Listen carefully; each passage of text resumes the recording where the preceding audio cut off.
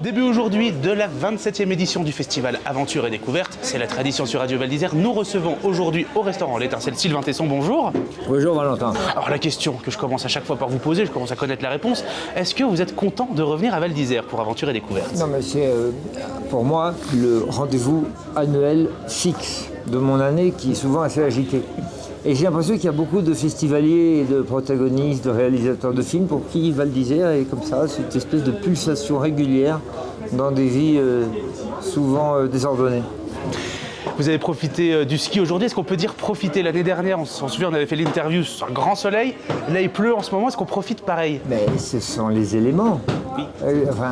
Quelle est la différence? De temps en temps, le cosmos nous envoie le rayon de soleil, de temps en temps, de l'eau qui abreuve la Terre. Dans tous les cas, c'est merveilleux. Je pense qu'il faut avoir à la météorologie un rapport païen. C'est-à-dire aimer tout ce qui vous arrive du ciel et l'accueillir. Donc vous accueillez la pluie d'aujourd'hui comme le soleil de l'année dernière? J'accueille tous les éléments, les 4. Il y en a combien? Les 5. C'est peut-être un 5e élément. Non, mais il y a l'amour, bien entendu. On en parlait juste avant. Et précisément, on accueille les 4 éléments avec le 5e qui est l'amour.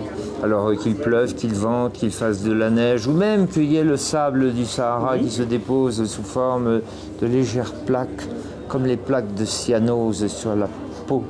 Eh bien, je trouve ça très bien. C'est une sorte de salut de la circulation et c'est l'invitation au voyage dans le désert. Vous accueillez les éléments. Notons d'autre part que le contraire est assez peu envisageable. Jamais un Saharien pourra se dire que Val d'Isère lui envoie quelques brassées de neige et de flocons sur les dunes. Vous l'avez dit, vous accueillez les éléments avec amour. Est-ce que vous accueillez la sélection de cette année et les 11 films que l'on va voir pendant 15 jours avec amour aussi? Je trouve que, comme d'habitude, les organisateurs du Festival Aventure et Découverte ont parfaitement saisi le caractère polyvalent et total de l'aventure. C'est-à-dire à la fois le dépassement de soi-même, physique, sportif, technique, mais aussi l'intérêt porté à tout ce qui n'est pas soi-même, précisément. Et c'est là où réside la richesse et la contradiction apparente de l'aventure.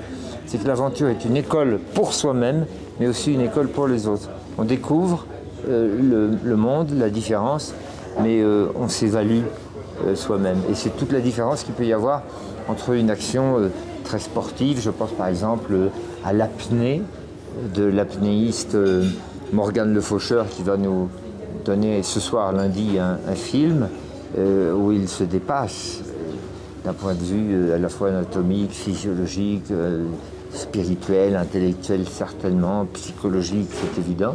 Et puis en même temps, parfois, on part dans le désert de Mauritanie avec une troupe de théâtre, et là on se rend compte comment vivent d'autres gens, d'autres vies que les nôtres. Et c'est toute la double dimension de ce festival. N'oublions pas que l'intitulé porte l'explication de tout ce que je viens de dire, aventure et découverte. Vous arrivez encore à découvrir des choses, à être surpris par les films qui vous sont proposés après tant d'années de festival? Mais évidemment, et c'est d'ailleurs l'un des grands, à mon avis, l'une des grandes vertus de l'aventure en général et des festivals d'aventure, c'est de nous montrer que le monde, contrairement à ce qu'on pourrait croire un peu rapidement, n'a pas livré tous ses secrets. Nous avons encore des choses à comprendre, encore à découvrir. On peut avoir l'impression qu'aujourd'hui, la couverture satellite, que l'exploration humaine et que l'extraordinaire progrès de la technologie numérique nous permet d'avoir une compréhension totale du monde et que ça y est, maintenant il faut s'occuper d'autre chose. Moi je ne le crois pas. Il y a encore beaucoup de mystères, beaucoup de portes à pousser, beaucoup de caches à trouver. Je vous donne un exemple, le réalisateur Rémi Tézier, qui est un fidèle du Festival de Val d'Isère, a fait un film sur les baleines dans l'océan Indien et autour de la Réunion, et il nous explique des choses que nous ne comprenions pas, pourquoi les baleines reviennent dans l'océan Indien alors qu'elles ont failli disparaître il y a encore une trentaine d'années. Si bien que l'aventure est en fait évidemment une clé de compréhension de soi-même, mais aussi une clé de compréhension du monde. Moi j'insiste beaucoup là-dessus parce que on pourrait croire que c'est un festival qui consiste à flatter le narcissisme de sportifs de très haut niveau qui font repousser les limites de leur discipline, mais il n'y a pas que ça. Il y a aussi l'extraordinaire proposition d'améliorer la compréhension des mystères et de la complexité du monde. Et voir aussi ce qui évolue, puisque ça évolue forcément dans le temps. Ce qui était vrai à une certaine époque sur une certaine partie du monde ne peut ne plus être vrai aujourd'hui. Donc d'où l'intérêt d'y retourner, de redécouvrir finalement. Oui, mais ça va même plus loin parce que vous soulevez un point qui nous concerne, nous autres les voyageurs, au plus haut chef, qui est la fluctuation de la cartographie de l'aventure. Il y a des zones qui se ferment, dans lesquelles on ne peut plus aller. Aujourd'hui, le Sahara, dans les abords du 20e parallèle, depuis Al-Qaïda au Maghreb islamique, est beaucoup plus difficile à sillonner qu'il y a encore une vingtaine d'années. Donc la cartographie de l'aventure s'indexe beaucoup aux situations politiques, évidemment. Et chaque année, la sélection que font les organisateurs du Festival Aventure et Découverte témoigne des diverses fluctuations de l'équilibre du monde. Une sélection qui, j'ai trouvé depuis plusieurs années maintenant, ça va faire 10 ans que je connais ce festival, ne propose plus un type de film qui pourtant, moi j'adore, les films sur l'espace. J'ai l'impression que vous avez aussi une petite dent contre l'espace. Pourquoi on n'a pas de film sur l'espace alors que finalement c'est quand même la dernière frontière ? Alors, premièrement, je ne pense pas que ce soit la dernière frontière, parce qu'encore une fois, je le répète, je crois que la Terre n'a pas livré tous ses secrets et que nous avons encore dans tous les champs de la connaissance humaine beaucoup à apprendre. Et deuxièmement, je pense que c'est davantage lié au hasard et à la complexité des programmations plutôt qu'à une décision.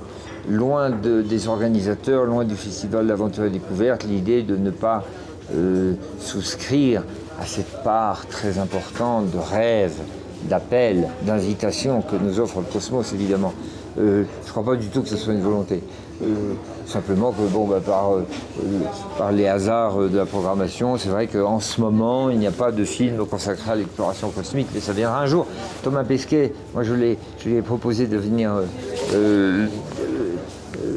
être président du jury cette année, mais il ne pouvait pas, parce que comme il pilote des fusées, comme vous le savez, il était très occupé à faire ses réglages. Il y a son remplaçant qui est un jeune Belge qui va probablement décoller dans l'ISS en 2025 ou 2026, qui s'appelle Raphaël Liégeois, qui est un cosmonaute et qui probablement viendra, enfin je l'espère, en tout cas on lui réitérera l'invitation. Alors peut-être un jour. Mais vous avez raison, l'espace, évidemment, le cosmos, on lève les yeux dans le ciel et on se dit, voilà les nouvel élément à explorer.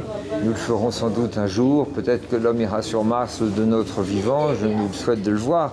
C'est un vivier extraordinaire de rêves, d'énergie, de promesses, peut-être de menaces aussi. Moi, je n'ai pas de dents contre le cosmos.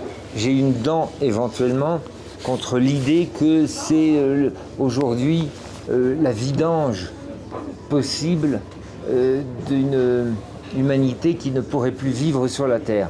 C'est cela qui m'inquiète. C'est si on croit que l'espace est le dérivatif, la réponse possible à une vie qui ne serait plus possible sur la Terre. Parce que premièrement, c'est trop facile, ça nous donnerait l'illusion qu'on peut continuer à saloper notre habitat terrestre, puisque de toute façon, il y aura des possibilités de survivre ailleurs. On salope même déjà l'espace. Hein. On le salope déjà. Et deuxièmement, à mon avis, c'est une espèce de dérivative de toute l'attention et de tout l'amour, précisément, et la vénération que nous devrions porter à la planète Terre, à la Terre-Mère, et au nom de la possibilité d'aller occuper des espaces intergalactiques et sidéraux. Donc moi je dis, occupons-nous d'abord des Edelweiss, avant de songer aux nébuleuses. Et ensuite, l'une n'est pas antinomique de l'autre. On peut tout à fait penser qu'on peut être plein d'extase devant les mystères intergalactiques tout en s'intéressant aux mystères de la vie. D'ailleurs, les scientifiques parlent des interactions fondamentales, c'est-à-dire d'une écriture cosmique qui reprend exactement la même structure que l'écriture biologique. C'est-à-dire, en d'autres termes, il y a la même loi mathématique, organisationnelle, physique, atomique dans un champ de fleurs, dans un alpage, que dans un champ d'étoiles en haut du cosmos. Ça, c'est la très vieille pensée grecque pythagoricienne, que la même équation traversait à la fois l'organisation du vivant, dont vous et moi sommes des spécimens, et l'organisation de l'espace. C'est merveilleux, cette idée-là, elle est superbe, elle est sublime. Il y a un fluide commun entre le cosmos et la biologie. Moi, je crois beaucoup à cela. Donc, bien entendu, je n'ai aucune dent contre l'extase que nous procure le cosmos. Simplement, je ne voudrais pas que le cosmos soit le prétexte que nous trouverions pour être indifférents aux merveilles de la Terre. Revenons sur Terre, ou peut-être pas, parlez-nous de Avec les Fées que vous nous présentiez hier dans le cadre de la Before du Festival Aventure et Découverte. Oui, Avec les Fées, c'est le nom que j'ai donné à un récit de voyage le long des côtes celtiques, dans la mer bretonne, gaélique, irlandaise et écossaise, et où je m'intéresse au thème du merveilleux, c'est-à-dire qu'est-ce que c'est que le merveilleux. Et je crois y avoir donné une définition. Je pense que le merveilleux, c'est une particulière qualité du réel, très proche de l'homme, mais que l'on ne voit pas quand on passe trop indifférent devant le paysage. Et je crois que le merveilleux, il peut surgir, il peut jaillir devant nos yeux, pour peu qu'on regarde le monde avec beaucoup de déférence et pour peu qu'on essaye de le voir. C'est un exercice à la fois esthétique, c'est un exercice d'amour porté sur le monde, et à ce moment-là, le monde vous le renvoie bien. Si vous n'êtes pas content de votre vie ou du monde, il faut changer votre regard. C'est ce que dit le poète Rainer Maria Rilke dans les lettres à un jeune poète, à son interlocuteur. Il lui conseille de changer le regard sur le monde s'il n'est pas content du monde. Et comment on change de regard? Eh bien, par un exercice de la volonté, une disposition du cœur. On traverse une région, une montagne, une mer, une lande, un plateau ou un désert, en portant toute son attention à ce que peut nous envoyer le réel, en cessant de nous extasier de breloques technologiques ou d'espérer autre chose. C'est une attention profonde portée aux choses. Ce que je dis est banal, mais malheureusement, nous sommes indifférents à l'extraordinaire proposition de merveille que nous offre le monde, et l'exercice avec les fées que j'ai accompli pendant 3 mois sur un petit bateau consistait à essayer précisément de porter une attention aiguë au monde que je vivais, c'est-à-dire à la rencontre de la mer et de la terre par l'interface de la falaise, qui est cette espèce de conclusion de la proposition terrestre qui s'effondre dans l'océan. Alors évidemment, dans ces endroits très beaux, très puissants, très douloureux, très gigantesques, il est facile de trouver des occasions de s'extasier du merveilleux.